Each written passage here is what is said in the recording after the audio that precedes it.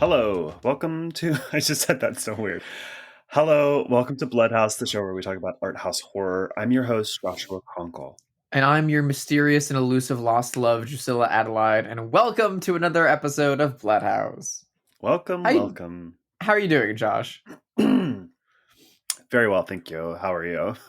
I'm good. I'm very tired and a little sweaty. My girlfriend and I just came back from doing the Rose Bowl flea market out in Pasadena, and we had One of the best.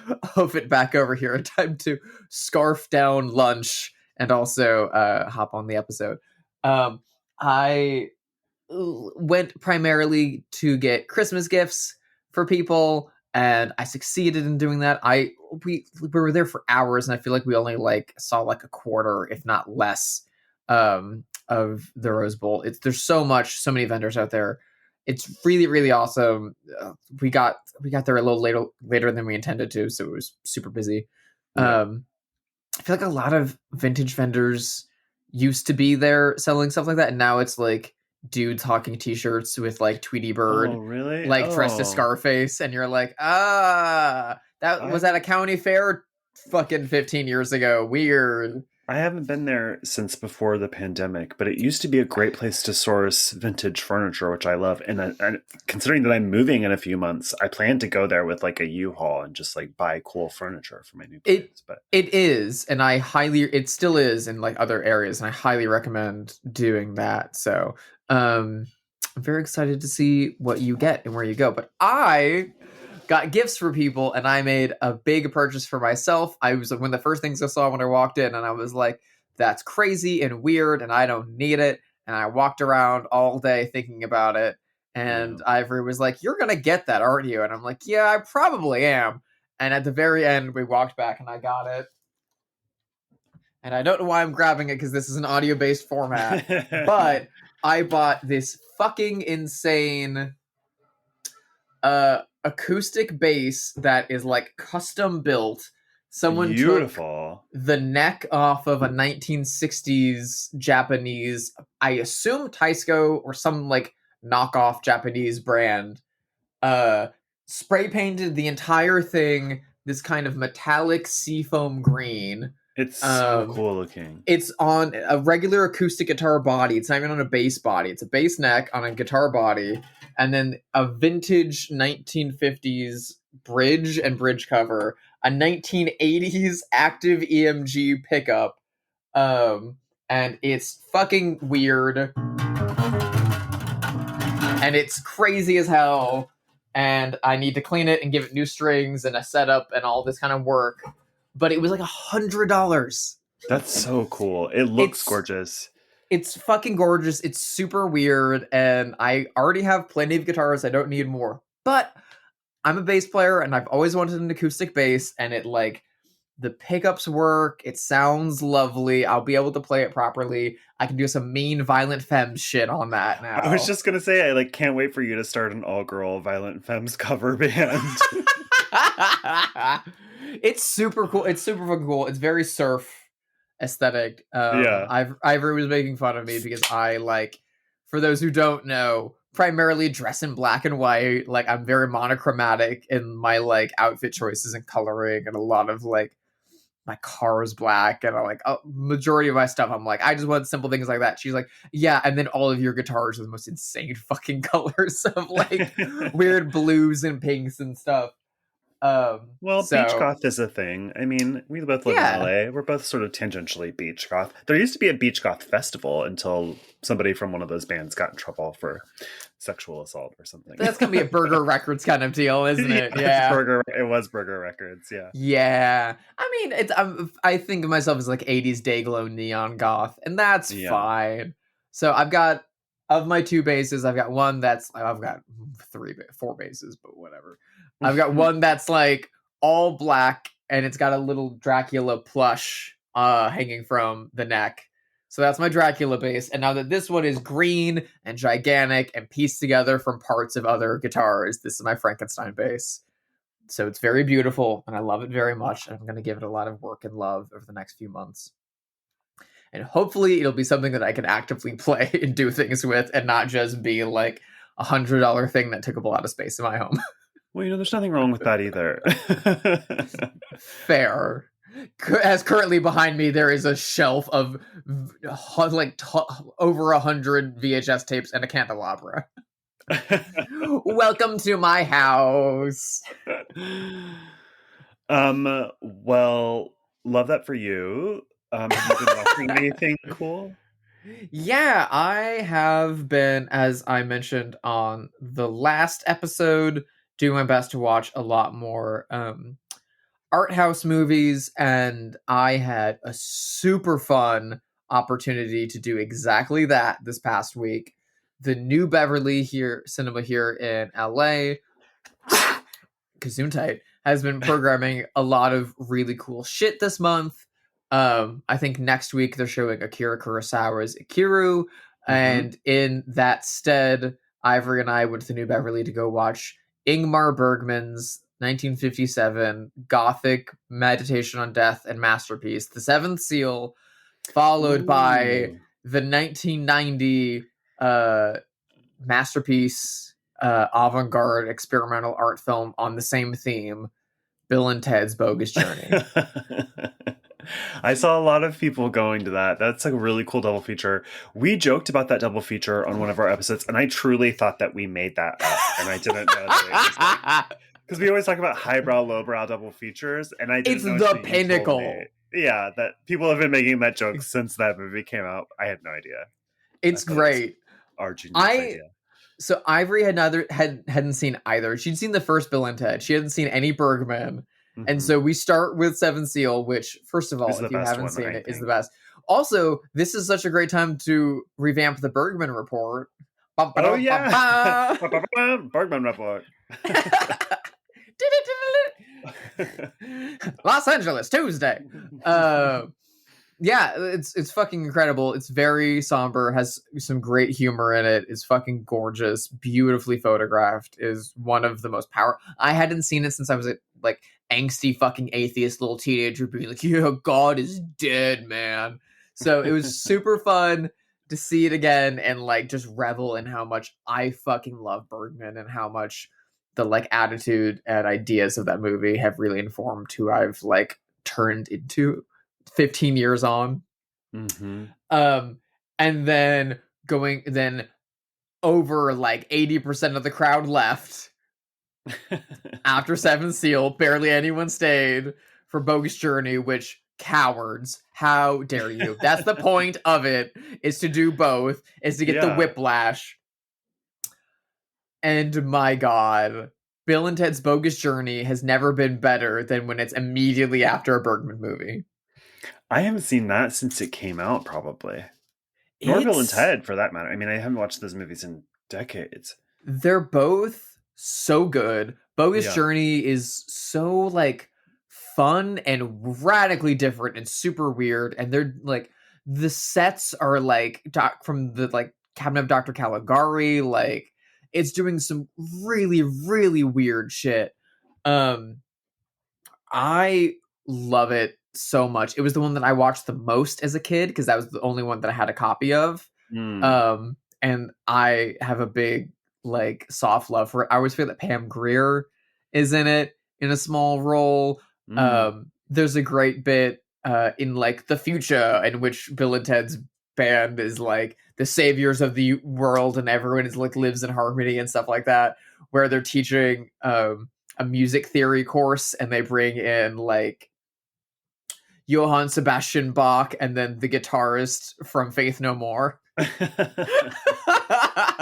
It's so goddamn good. There's so many fucking great, like, ever since we've seen it like all week, Ivory and I had just been saying "see you later, God" to each other. Like, what's their band called? Wild Stallion? Wild Stallions. Yeah, Wild with a Y. See, I haven't seen those movies since the early 90s and I remember the name of their band. I've got a Wild Stallions guitar pick around here somewhere.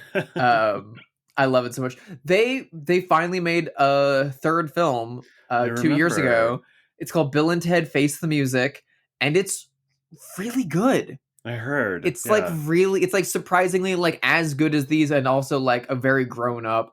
And it's awesome because Alex Winter, the Bill of Bill and Ted, Keanu Reeves, of course, got huge. Alex Winter became a director. He directed Freaked in the 90s, which is Yeah. a very underrated, awesome movie.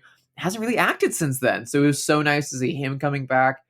And if you don't know Bill and Ted, that they're time traveling, like Valley Boy himbos who fucking rock. They're just the best. Yeah. But the like lore of the movies is that in the future they will form a band that will like tie all of humanity together, end all wars, and like a religion will be founded around them. So people from the future help them out and like protect them or like come to destroy them and things like that. And so Bill and Ted Face the Music is all about the idea of like 30 years passed and that didn't happen. They never blew up. They're like divorced deadbeat dads, not deadbeat, but like they're just divorced middle-aged dudes or like in the middle of being divorced who like still act like that. Yeah. Like you're not what do you think you're going to gain from that? And it's a really great meditation on aging and growing up.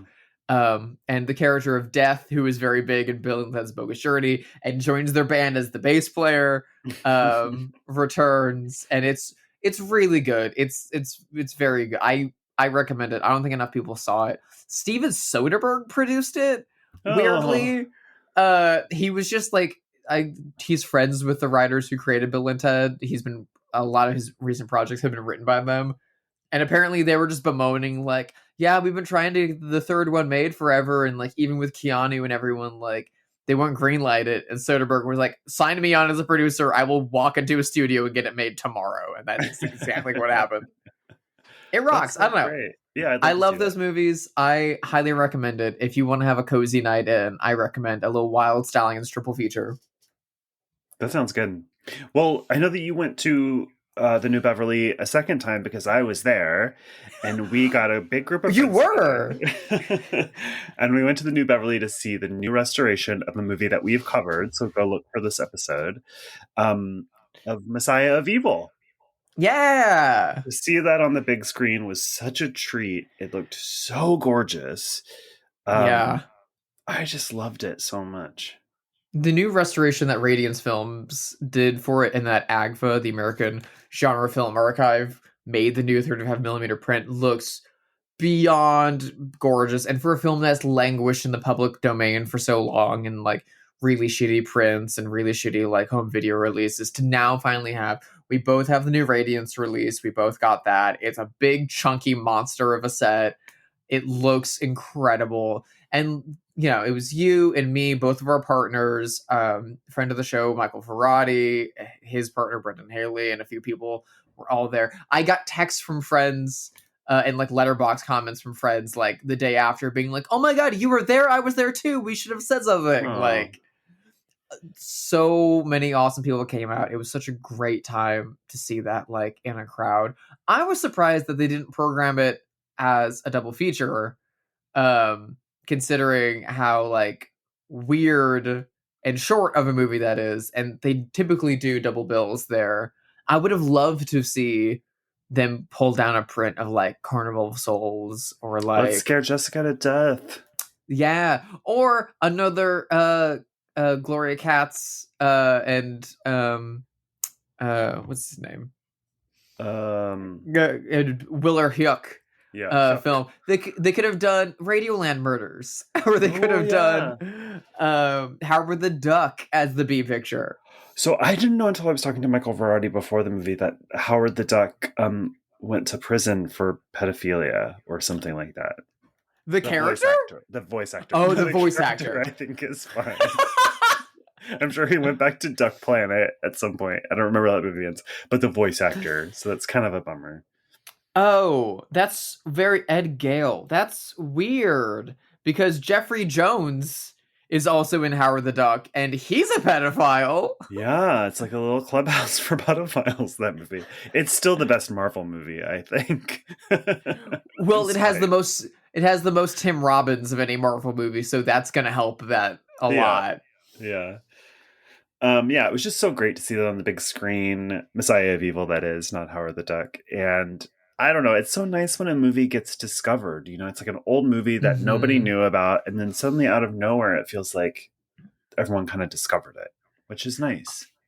I love when a movie gets added back into the canon that's like been missing, and you can see its DNA. It's like a missing link. You can see its DNA pop up in movies after the fact. Like Messiah Yeah. of Evil's influence is all over, like on Ari Aster movies and on movies Mm-hmm. of the 1980s and 1990s. Like I'm absolutely certain John Carpenter has seen it. It's like it is streaked through time and history in both art films, commercial films, and horror films that hit all of those buckets.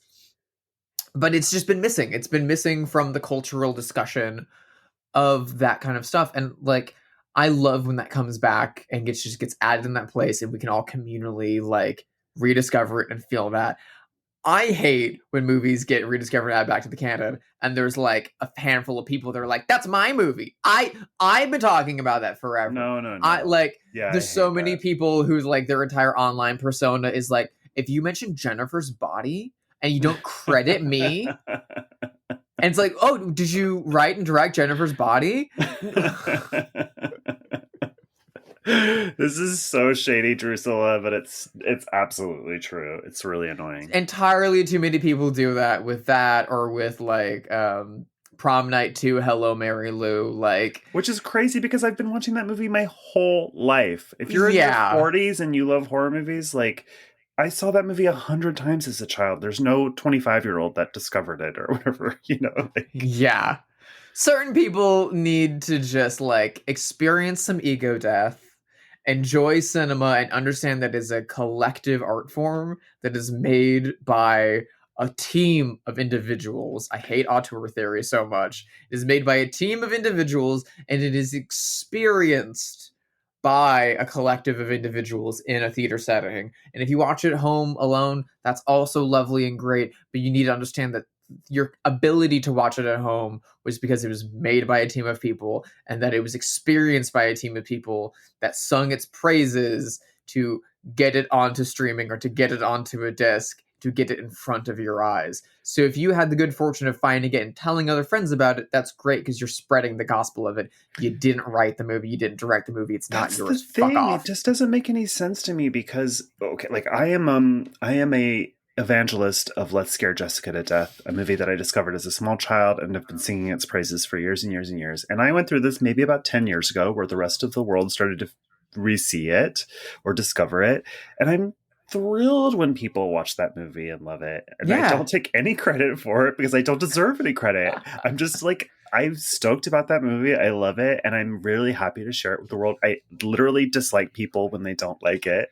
I I just don't understand that impulse to like And there's a take control difference of something that between you didn't like, make.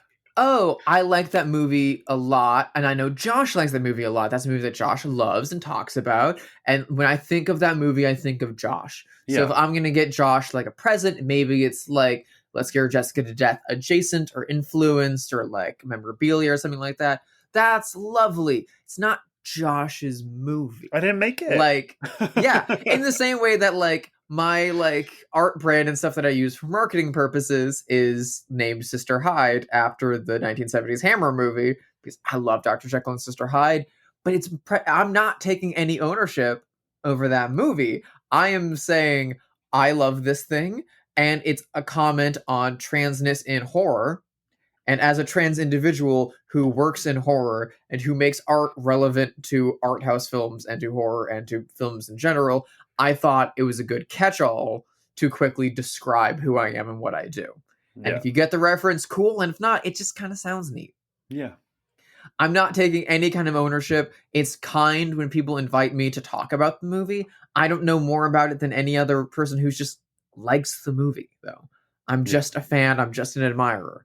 So people who like stake any kind of like internet ownership, I've just seen some people who like get super butthurt when it's like, you invited this famous film historian to do a commentary track on X movie. Don't you know that X movie is my movie? Like, come on. And That's it's my like, thing. I'm sorry Fangoria didn't hire you to write an essay about fucking Jennifer's body. I'm sorry that they contacted 7 other famous like female film critics who have better like experience with this than you do. I'm sorry, get a life, watch more movies. Yeah. Well, speaking of watching more movies, this is an exciting one because we're talking about a movie that we both know and love, which is always like such a cozy place to come back to. And this is such a cozy movie to come back to. It is in a weird way. It's very hygge, the concept of like being cozy in a snowy place that's Scandinavian, just like this movie. Mm-hmm. We are discussing from 2017, written and directed by Erlinger Thordarson, Rift.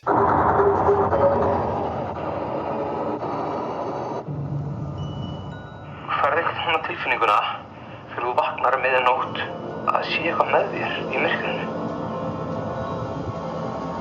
Þegar ég rökkri þá finnst mér alltaf eins og að sé eitthvað með mér.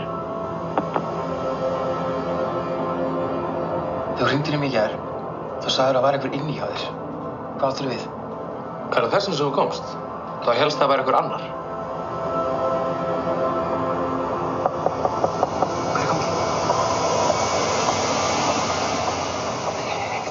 Now, full disclosure, we both know this filmmaker to some extent and are friendly with him. I've met him a few times. We're internet friends. I really like him a lot, but I saw and loved this before I met him. That's just LA horror circles doing their work. Same. How did you see this for the first time? Streaming, in 2017, I guess. I rented it. I've never seen it on the big screen. Yeah. For work, I was at the Palm Springs Film Festival, I believe. Mm-hmm. And I ran into Michael Verratti, who, again, friend of the show that we were just talking about. And this was at the time where he and I were both working on the Dead for Filth podcast together that he hosted and I produced. And I was like, oh my God, I don't want to be here.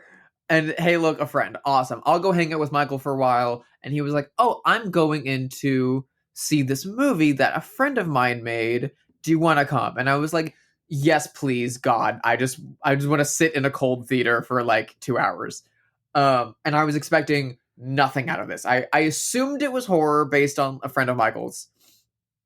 And I just knew it was called Rift. And I was like, it's a gay film festival. It's going to be gay. It's going to be horror. And I honestly, my expectations were not high. Because I was just like, it's going to be a movie. And I want to be around friends. And I want to be out of the heat and avoiding people here that I want to avoid. And within moments, I was enraptured by this movie. I'm so lucky I got to see it in the theater. And I just fell in love with it instantly. And I walked out of it being like, that was fucking incredible. And Michael was like, yeah, that's my friend Erlinger. We're going to have him on Dead for Filth in like a week. And I was like, awesome. Cool. Yeah. I saw this. I watched this in bed with my ex-boyfriend. And, oh my God, perfect. It was in perfect. Bed with an ex-boyfriend. That's this whole movie. We weren't exes at the time. But my experience of it was that this is like one of the most successful, quote unquote, deliberately paced movies I can think of. Yes, it's a slow burn, and my God, is it a very well done and well earned slow burn. Yeah, like the first hour of this is so slow. And I mean this as a compliment, almost to the point of being torturous. And then the last half hour of this truly scared the shit out of me. Like I felt like I couldn't breathe. I felt so frightened. And I experienced this weekend when I rewatched it. Was like, this shit is scary as fuck to me. It's just so cleverly constructed and filmed. And I love this movie. The paranoia that mounts up and the suspicion and mystery that builds near the end of this movie as things really just crumble around you, as the main character and as an audience member, reminds me a lot of, especially some of the filming locations remind me a lot of Lake Mungo. Mm-hmm. It also reminds me a lot of Roman Polanski's films. It reminds me a lot of Repulsion and Rosemary's Baby. It's a fucking heater. And honestly, even if I never met Erlinger, I would be like, this thing rocks. It just so happens he's one of the sweetest men in the world. Yeah. Before we watched this, Ivory and I went to a Halloween party a few weeks ago. And Erlinger's been living back in Iceland since COVID hit the United States in 2020. And he was at a Halloween party that we were at, and we're like, what are you doing here? And we got like, I got to see him again, and it was lovely. And Ivory got to meet him for the first time. And afterwards, when we were driving home, she was like, he was like one of the nicest people I've ever met. Oh my God. I'm like, yeah, we're going to watch his movie soon. Like, you're going to fucking love him. Like, I thought that he was still living with Michael Verratti in Hollywood. I didn't realize that he'd ever gone back. But that makes sense. he was roommates with Michael for a little while. But then when COVID hit, it made more sense for him to be back with his family. Sure. In Iceland. And he's since made like 2 features. Has he in Iceland? Like, yeah. That he has coming out. He made one with Julian Sands a little bit before Julian Sands passed away. Boy. He was back in town to screen his features. So hopefully we'll have new films from him very, very soon to talk about. Yeah. Boy, the landscape of Iceland is really a character in this. It's so strange. It's so like rocky and cold because it's winter in this movie, I think. And there's all these like lava fields that are so strange, and it's like another planet. It's really beautiful. Synopsis wise, this movie follows a young man named Gunnar who has broken up with his boyfriend, and then I don't know how long after it is after the breakup. It seems like a few months, like relatively recently. He's with his new boyfriend. He gets a call in the middle of the night from his ex-boyfriend Einar, who says like, he's just behaving very weirdly on the phone. And he says that he's at this cabin in the middle of nowhere. And so Gunnar is worried that Einar might harm himself or something like that. So he drives immediately to the country. And then the rest of the movie unfolds in this little cabin in the middle of the Icelandic countryside where this gay couple is sort of litigating their breakup and their relationship and all their memories together while something supernatural and foreboding is going down. Well, as soon as he gets there, his ex tells him, what are you doing here? Right. Why are you here? And he's like, you called me and you sounded really distressed. And he's like, no, I didn't. Yeah. And then it turns out this man, Einar, sleepwalks. We get a lot of stories about his imaginary friend when he was a kid in this area. Just like all of these weird things. And this movie doesn't explain anything. So there's lots of interpretation. No. It's very strange, very haunting. You'll never get a satisfying answer. That's another way it's like Lake Mungo. It's just it never shows its hand either, which I think is really fucking smart. But it never overplays it to the point where you're like, I'm lost. What's going on? Yeah. It does a really good job of like setting up almost a folk horror like atmosphere and vibe, keeping it in the background for the majority of the movie and letting it just like lurk at your mind. There's a lot of just knocks at the door that like are really fucking scary. If you think the idea of a home invasion movie is scary, the idea of a home invasion movie that may or may not be supernatural is scary, imagine setting that out in the middle of the icy tundra in the middle of fucking nowhere. It's so good. And there's all of these, there's like competing mysteries, right? So like, first of all, there's like Einar's imaginary friend, I think his name is like Lumi or something like that, who seemed like tried to harm him as a child by leading him out into the snow and leaving him there. Yeah. There's the fact that Einar is a sleepwalker at times when he's feeling anxiety. Seems like there's a pedophile in a farmhouse nearby who's a part of this somehow. Gunnar is being followed by a red van, or a red Jeep rather. Someone in a gas station tells him not to pick up hitchhikers. So it's like all of these foreboding mysteries are happening all around. There's an abandoned apartment building. Yes. Not far away, which holds a lot of mysteries. There's some mysteries about Einar's family as well. Like, there's a lot packed into this. And what is a seemingly sparse film. Yeah, it's basically a two-hander. It's basically just these two characters, except for the neighbor who you meet once or twice. But and it could be there's another version of this. I can imagine this would be a really lovely drama without all the horror elements. I mean, it's a great horror movie, but the writing and acting is good enough that I think it could earn just being a great drama. Yeah, the performances are like beyond well earned. This is a movie that when I saw it at the I saw it at a festival in 2017. It probably didn't hit streaming and all that stuff until 2018. It was picked up by Breaking Glass Pictures, I believe, who's a small indie distributor that focuses a lot more on dramas and queer films. I feel like had this movie been made even like 2-3 years later, it would have been picked up by A24 Neon. Oh, totally.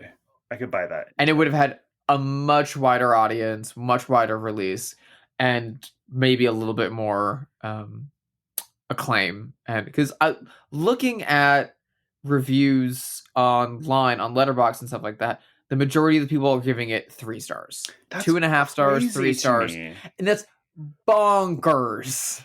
That is so crazy to me because this is And yet I one see of the people scariest movies championing the like super slow burn A24 Neon movies that we've covered, like Saint Maud or The Lodge, and also very snowy movies. Like maybe that's part of the reason why I didn't like The Lodge as much as I didn't, because Rift exists. Rift is so good, and I know that there was a American remake in the works by Orion Pictures, but it must have fallen apart because it's been so many years. Yeah, it was a deal was made and all that kind of stuff, but as far as I know, it hasn't happened. It may still happen. You know, I would love for it to get eyes on in any kind of way. There was, I mean, of course, we talked about Let the Right One In. There has been a good history in the past 20 years of adapting European and Scandinavian genre films for American audiences, and a lot of the time they can be as successful. Mm-hmm.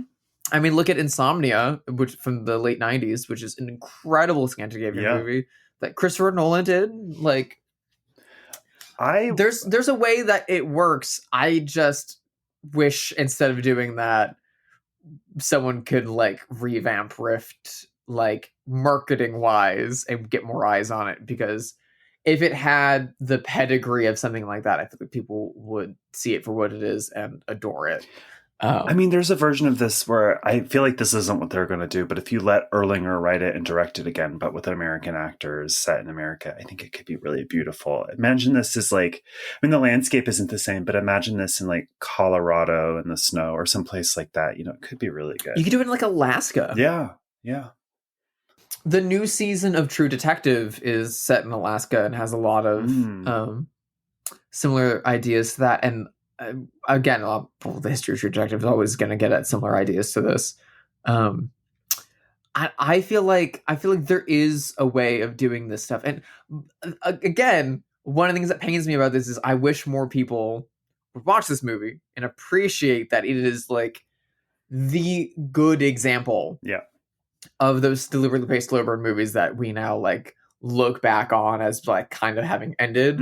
But also like I wish they would give Erlinger has made 2 films since then, but I wish he could make another like big feature here in America after this. You know, it's like the Iceland funds movies too. They have a government that funds movies. Yes, they do.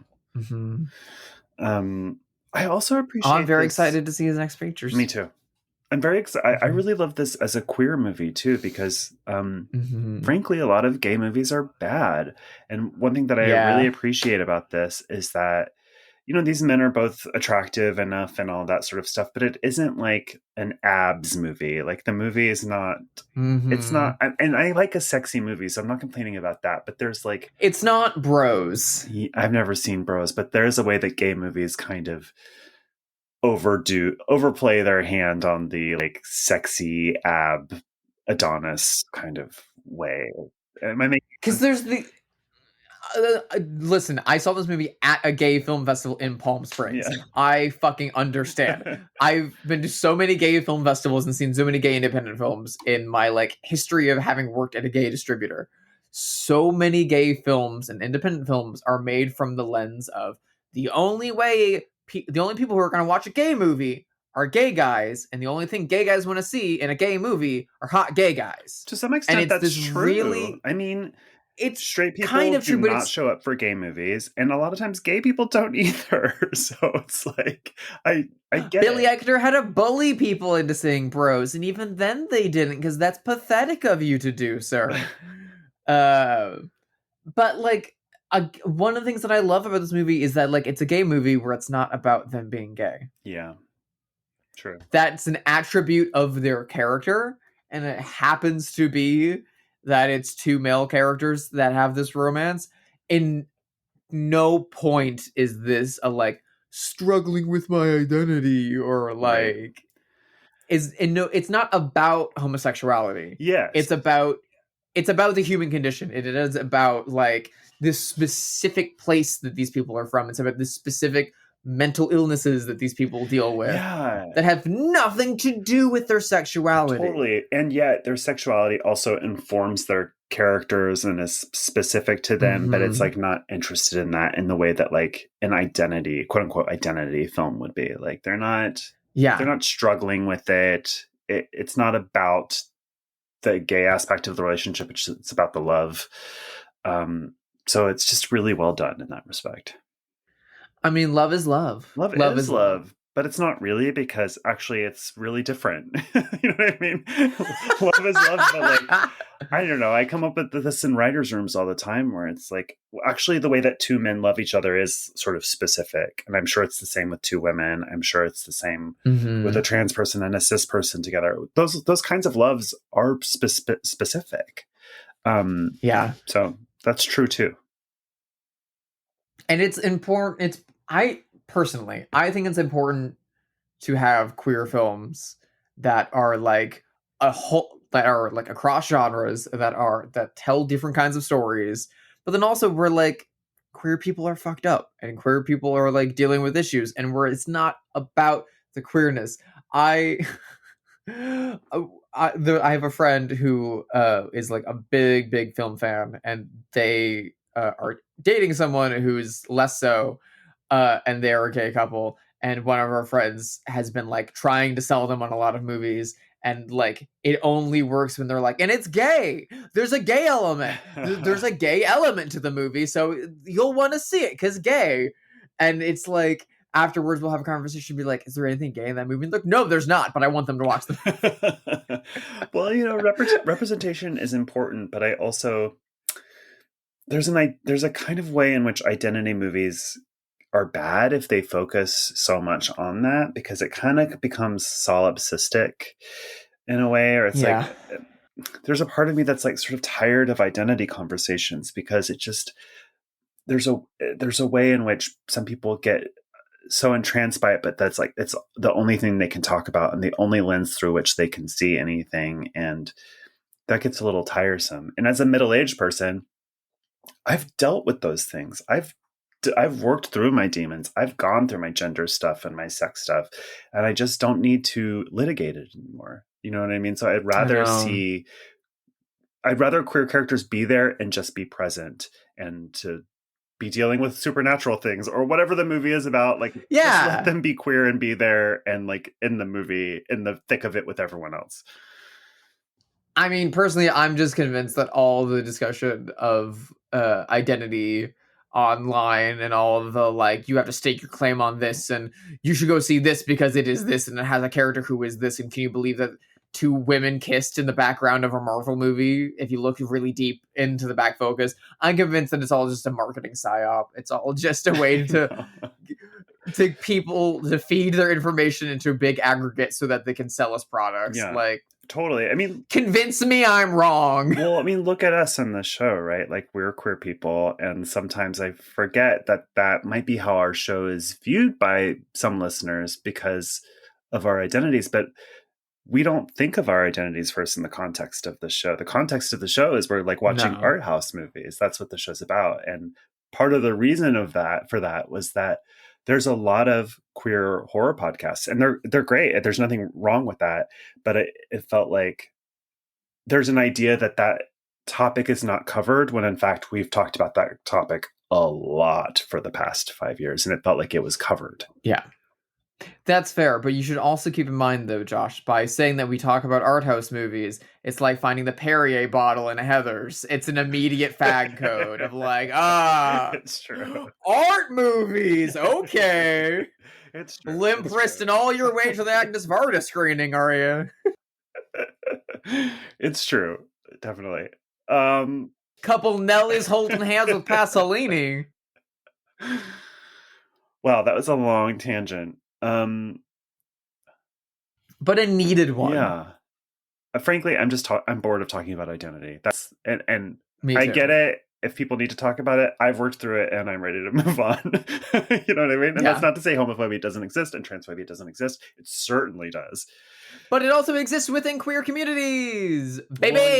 Well, yeah, sure. Just because someone is one thing doesn't exclude them from being another. Just because someone is like, I'm gay, I'm a gay woman, I'm a gay man, or like I'm not binary, doesn't dissuade them from being homophobic against women or transphobic against specific people, or from being racist, or like just because you are a member of some kind of like minority identity does not excuse you from being anything else. Yeah.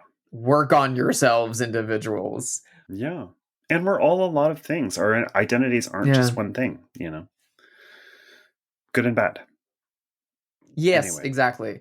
Like, I may be trans, but I'm also a Motley Crue fan. Yeah. And that, like, how do I rankle with that identity? Yeah. I may be queer, but I'm also a himbo. I like art house movies, but I'm also a himbo. Yeah. Anyway, speaking of art house movies, yes, let's talk about this movie. I think that Rift is one of the best contemporary examples, because we can find so many examples from like the 1970s talking about like Secure Jessica Death, Rosemary's Baby, or The Tenant, that are art house movies in the skin of a horror movie, or a horror movie in the skin of an art house movie. Yeah. And I think Rift is one of the best contemporary examples of a balance between the two. That like, this is an art house movie. This is a like John Cassavetes like play level like drama about a couple, about two characters. If it didn't have the supernatural horror element framing, I would pair this with like John Cassavetes' Faces. Like, it's a great example of that, and those movies aren't made anymore. Right. On the horror front, like we were just saying, it's up there with Lake Mungo for being genuinely fucking scary. Yes. There's a moment in this near the right when that last half hour starts where Einar has been sleepwalking, as I mentioned, and kind of filming himself as he does it, and then Gunnar watches it on his laptop later. So Gunnar is watching footage that Einar took as he was sleepwalking, and Einar is walking through the house, and there's like a what's that called? That light called that you can see in the darkness on a camera. Night vision. Night vision, yeah. That kind of like greenish hue. Yeah, so like green night vision is turned on the camera. So you're watching this footage from Einar's point of view, who's filming, and he's kind of walking through the house, and he lands on the bed where Gunnar is asleep, and you see a person's hand under the bed, and it's like so genuinely terrifying that it makes me scream. And then from that moment on, for 30 more minutes, the movie is just absolutely terrifying. Unrelenting. Yeah. In terms of like both like the supernatural and great filmmaking stuff, but also the isolation at that point, it like nearly gets to like survival movie territory. Mm-hmm. It also, the other one that it reminds me of that we've talked about recently was Next of Kin, which also gets fucking terrifying, really insane scary at the end. That's a movie that does play its hand at the end. Yeah, it explains it in a way that this one doesn't. But this one doesn't, and it fucking hits, and it hurts. It's like, yeah, you know that feeling when you're out in the cold, and you get so cold, you feel the cold, and then you go through that to the point that you feel numb, and then after numb, it burns. It starts to hurt. Yeah, that's the end of this movie. Yeah, totally. It's an ice burn. The scene where Gunnar is hiding in the closet in the abandoned house also makes me scream, and you get the voice of Lumi or whatever his name is, the little boy, invisible friend, imaginary friend. And there's a weird old man, and it's so scary. And all of the stuff that happens in that half hour, I can't really explain it. I kind of feel David Lynch style, that I understand it on a emotionally non-logical, like an emotional, low, dreamlike level that I can't articulate. My interpretation of it after seeing it again is like, this is the emotional, like bringing to the reality, bringing to like practical, physical, tangential reality around you, the like sharing of emotional traumas with like, because that is like intrinsically a major part of a relationship, is that you like have to open yourself up and you like share so much of yourself with another person. And this movie is from the view of someone who is more in the caregiver role of a relationship, who is taking in a lot of the and helping cope with a lot of the traumas of his partner, to the point that he is still dealing with them after they've broken up. And it really feels like he's being haunted and hunted by someone else's past, by someone else's traumas and nightmares. Which is tied to queer identity. There's a great scene where they're in bed and Gunnar talks about losing his virginity, which is really a very traumatic rape story. There's also the element of the pedophile nearby who may or may not be preying on young boys. There's the imaginary friend who might be some sort of like queer invocation. So it is actually tied to identity, but it's just in a weird way. It feels like the whole place is like haunted by gay ghosts of one sort or another. I'm making a face because I don't know that explains anything, or is something in fact, but I don't think it explains things as much as it contextualizes things, if that makes sense. Yeah. And that's okay. I don't need movies to be explained to me. I'm not a drooling, simping. Often I would prefer that they wouldn't be. And yet, you know, I know this is like I know that this is like this in film too, but like writing for TV, the reason that TV is so often overwritten is because there are so many steps where like executives and producers are asking you questions and making you answer them. And so the script becomes bloated with answering people's questions along the way. And so when you get a government funded art house movie, you don't have to answer those questions. And so, I don't know. It's just a marvel to me that anyone gets to make a movie like this. Agreed. After we went to go see Messiah of Evil the other evening, on the drive home, Ivory and I were discussing Messiah of Evil as an art film, and through the lens of one of our favorite, very groundbreaking 1960s experimental art house filmmakers, which is Michelangelo Antonioni, who like really like the idea of deliberate pacing is like truly Antonioni's thing. He invented that. Like Martin Scorsese always says that like Antonioni rewrote the language of cinema with L'Avventura, and he's right. In it, like we wouldn't have any of the like A24 paced movies today without La Notte or Blow Up or The Passenger or anything like that. And Messiah of Evil definitely feels in the like no explanation, paced and like planned movie of Antonioni, but Rift does as well. Rift has like the same DNA as a movie like L'Avventura. L'Avventura has essentially the same plot as Picnic at Hanging Rock, of like a friend disappears. Yeah. We have to go find them. We never find them because we start doing other things instead. Yeah, I kind of prefer mysteries that are never solved in movies, like Picnic at Hanging Rock and like Mungo. Arabato. Because then if it's not, I just find myself thinking about it more, because it is a frustrating experience to be presented with a mystery that never gets solved.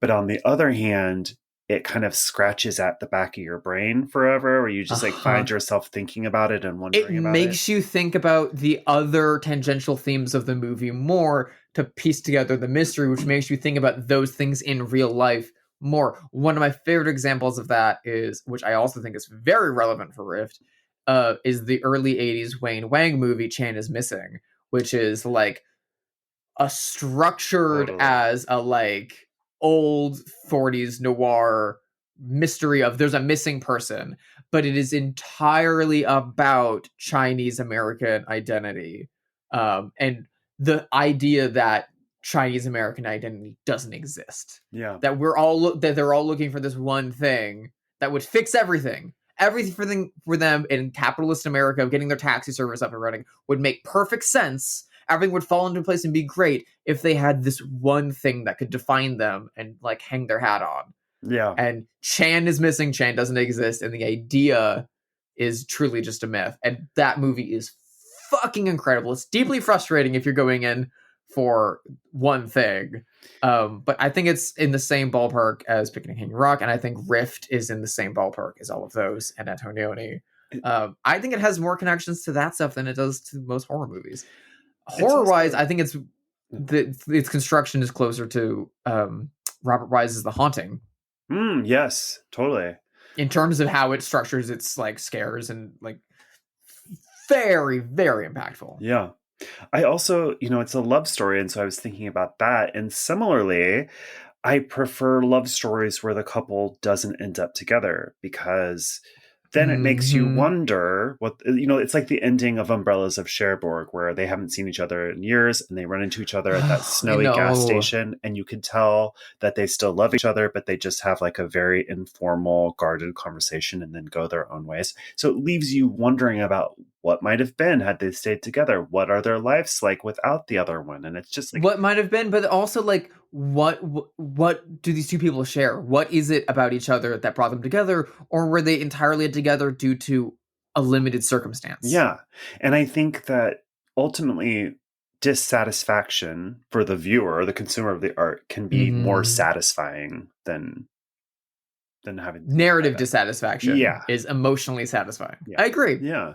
One of my favorite examples of that in terms of the romance setting is also another great snowy winter set movie, which is Chilly Scenes of Winter from like the late 70s, early 80s. You've talked about that on the show before, but I still haven't seen that. Highly, highly, highly recommend it, because it kind of has the structure that a lot of contemporary rom-coms do these days. It reminds me a lot in some respects of like 500 Days of Summer and movies like that, where it's all like like an obsessive romance, or like Annie Hall and things like that.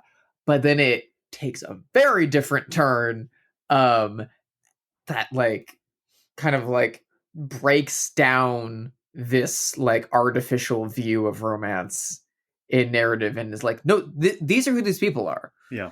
Why should they be together? It makes no fucking sense. They shouldn't be together.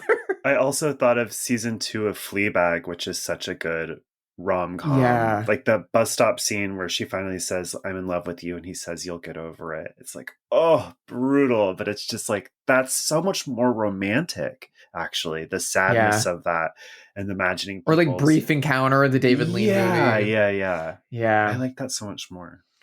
Do you think Rift is a romantic movie? Yes, very. I do. Yeah. It definitely made me think of all of my ex-boyfriends, and ones that I miss, ones that I don't, ones that hurt me, ones that I hurt. Like it definitely makes me think of all of those people. Yeah. This movie, it's very fitting that the poster for this movie is a like duplicated reflection of the sky onto itself. It's very, very beautiful. The at least original Scandinavian poster is, because this movie does feel like a Rorschach test. I think about myself through a lot of this movie, and then I think about the mystery. Then I think about the character. It's a very intelligently made movie that hits me emotionally as much as it does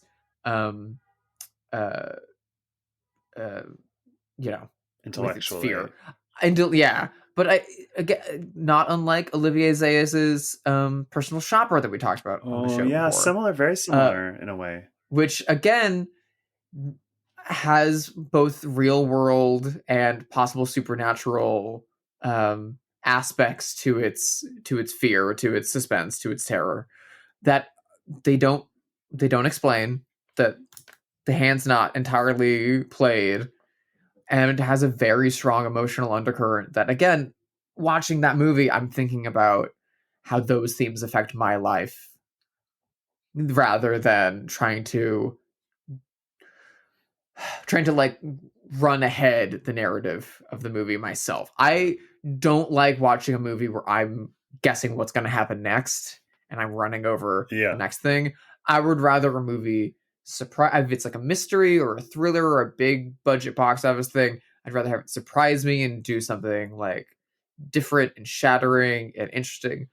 We talked last week about Saltburn, which I think did that effectively for me in like a big budget, mainstream kind of movie way.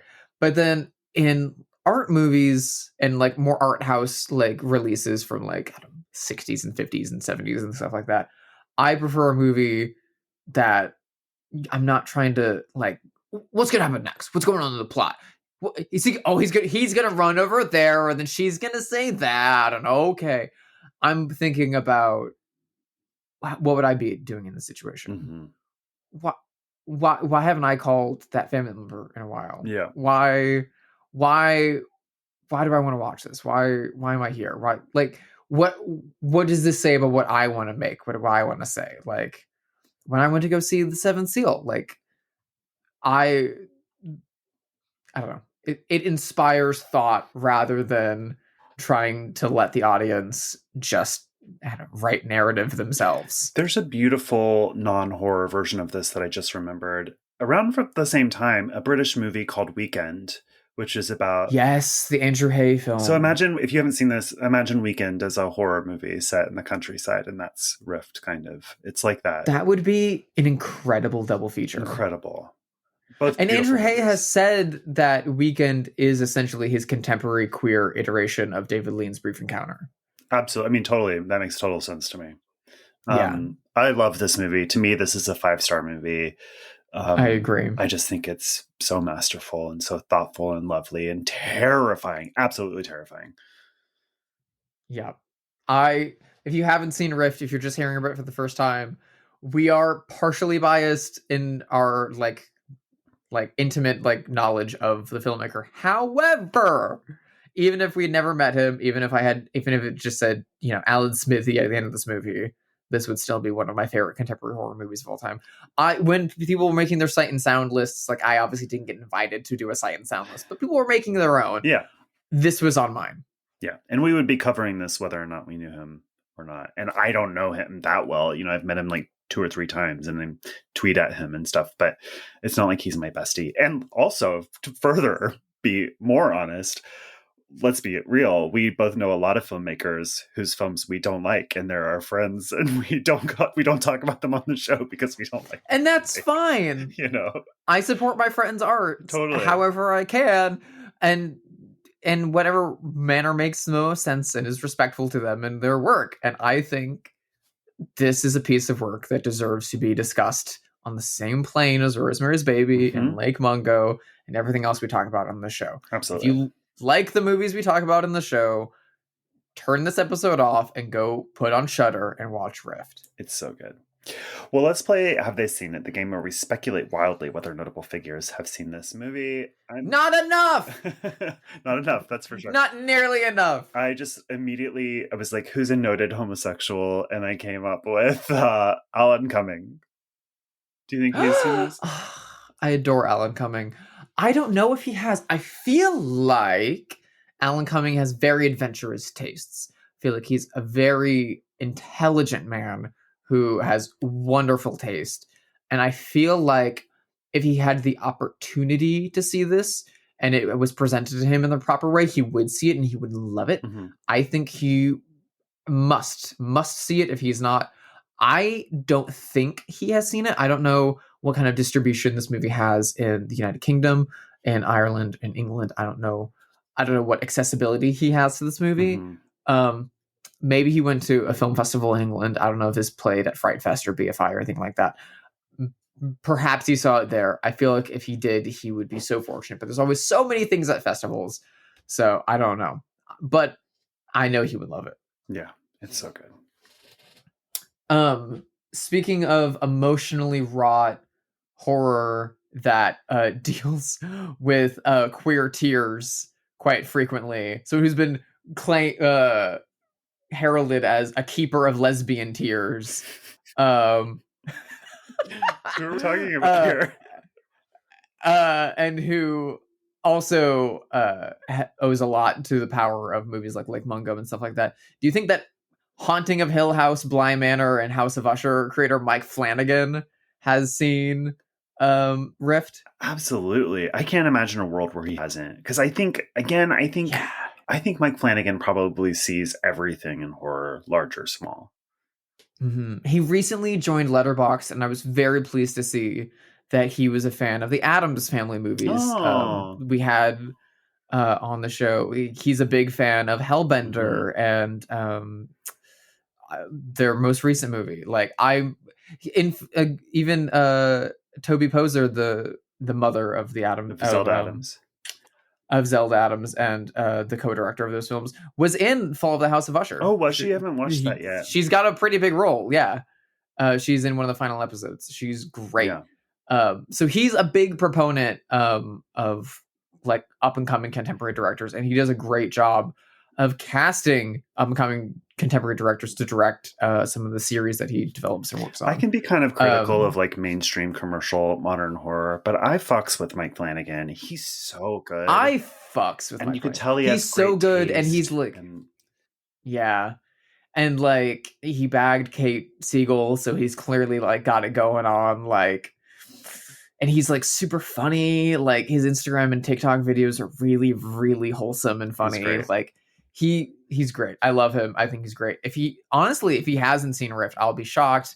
And I will mail him a DVD. Like, Mike Flanagan, if you're listening, send me your mailing address to bloodhousepod@gmail.com, and I will send you a DVD. Send us your home address. It can be a P.O. box, but preferably your home address. We'll set up some folding chairs in your bushes. Yeah. We'll be there in a week. Do you think Bjork has seen this? She's Icelandic. She's the only Icelandic person I know besides Erlinger.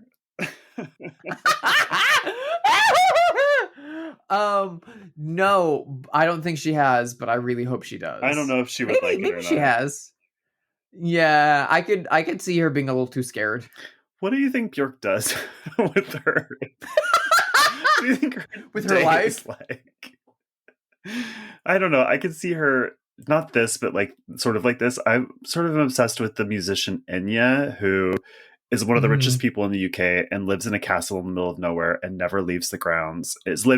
It's reported, with two older people who no one knows who they are, but they live in the castle with her.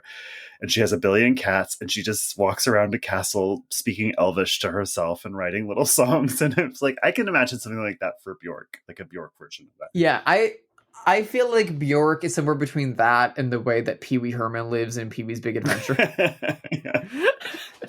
And like has a very like intensely personally curated house, and then just walks around it every day, like tapping doors and like squeaking like toys and being like, ooh, ooh, how does this sound today? Ooh. There's a great.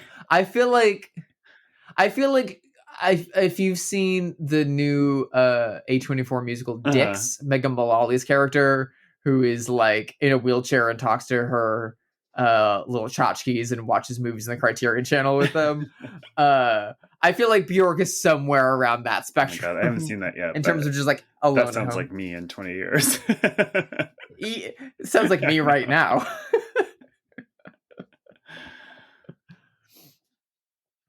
Okay, so this is a lovely, lovely movie about a gay relationship. Someone else made a movie about a gay relationship recently, and he wouldn't let Americans go unless they watched it. Do you think Billy Eichner, the director, the writer and star of Bros, not the director, has seen Erlinger Torrenson's Rift? Billy Eichner, who demanded that every American go see his movie just because it was gay. Do you think he has seen Rift? Do you think he's seen enough gay movies to have seen Rift? I feel like from the tone that you're not a fan of Billy Eichner, I don't have any feelings either way about him. I do think he's right in that mainstream audiences don't watch gay movies, and I don't think that that's like such a controversial thing to say. I would say no, he probably hasn't seen Rift. I will say my gay horror movie was offered to him and he passed on it. Which does not speak negatively on him at all. And Bros has Matt Wilkus in it, who's like a really good friend of mine and was in my short film. So I have a small amount of love for Bros, a movie I've never seen. And I saw it because there's a like handful of lovely cast members in it, some of which I'm also friends with, like have met and who are delightful people. I don't think it's a good movie though. Yeah. And I don't think it's the like end all be all like gay summer mainstream comedy that he thinks how it could is. it be? Truly, I mean, here's the thing, like when I wrote that gay movie that I wanted to get funded, everyone was like, well, we need a gay star. And it's like, well, there aren't any because of homophobia. Like there is no gay star that will bring in that audience that you're looking for. There's no gay Timothy Chalamet or something. You know what I mean? Like that person doesn't exist. There's always Kevin Spacey. Yeah, what's he doing? Let's get him on the horn. I will say that Bottoms has been a big crossover hit. Yes, but Bottoms is about women, and lesbians are a lot more palatable to the American people than gay men are. And it's also marketed at a Gen Z audience, which we know statistically is far more queer than current, general Gen audience. X. Yeah. So anyway, no, Billy Eichner has not seen Rift, and I don't think he would like it, to be honest. He doesn't seem like a very nice person. I don't think he would like it. Not that you need to be a nice person to like Rift, because I like it a lot and I'm an asshole, but you're a very nice person. I know, but don't tell people that. I don't want people to think that I'm nice when I am. Yeah, you've got to have your bully reputation. I think that's it for this episode of Bloodhouse. If you liked this episode, please rate it 5 stars wherever you listen to podcasts. And you can email us at bloodhousepod@gmail.com. You can follow us on Twitter or Instagram. Drusilla, shout out your socials if you want to.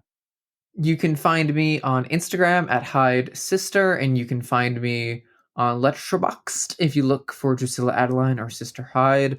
You can find all the fun art house movies that me and my partner are watching all month. There's a ton, and you can go to my website, sisterhydedesign.com, to look at all my new work and purchase Cure prints for the band, The Cure. I did posters for their show at Riot Fest this past September, and I've been shipping out orders all week like a crazy little bunny, and they're shipping out people's houses. They seem pretty excited about them, and there's a few more left. There's a few more. Not a lot. So if you want to help clear out some space in my office, maybe buy a Cure poster. They make a great gift for the holidays. Say Happy Thanksgiving, Uncle. Boys don't cry. Here's the thing. Here's a Cure poster. You can follow me at Joshua Conkle on Blue Sky, Instagram, and Letterboxd. Next week we are watching another movie that both of us dearly love. What is it? We are watching one of the end-all, be-all, most definitive Italian giallo films ever made. For the first time on this podcast, one of the greatest directors of all time, Dario Argento. We will be we talked about Suspiria. Never mind. We did Suspiria. Never mind. For the second time on this podcast, one of the greatest filmmakers of all time, and the man who I owe my entire scrambled brain and visual obsession with, Dario Argento's Deep Red. Cannot fucking wait. Anyway, bye. Bye-bye.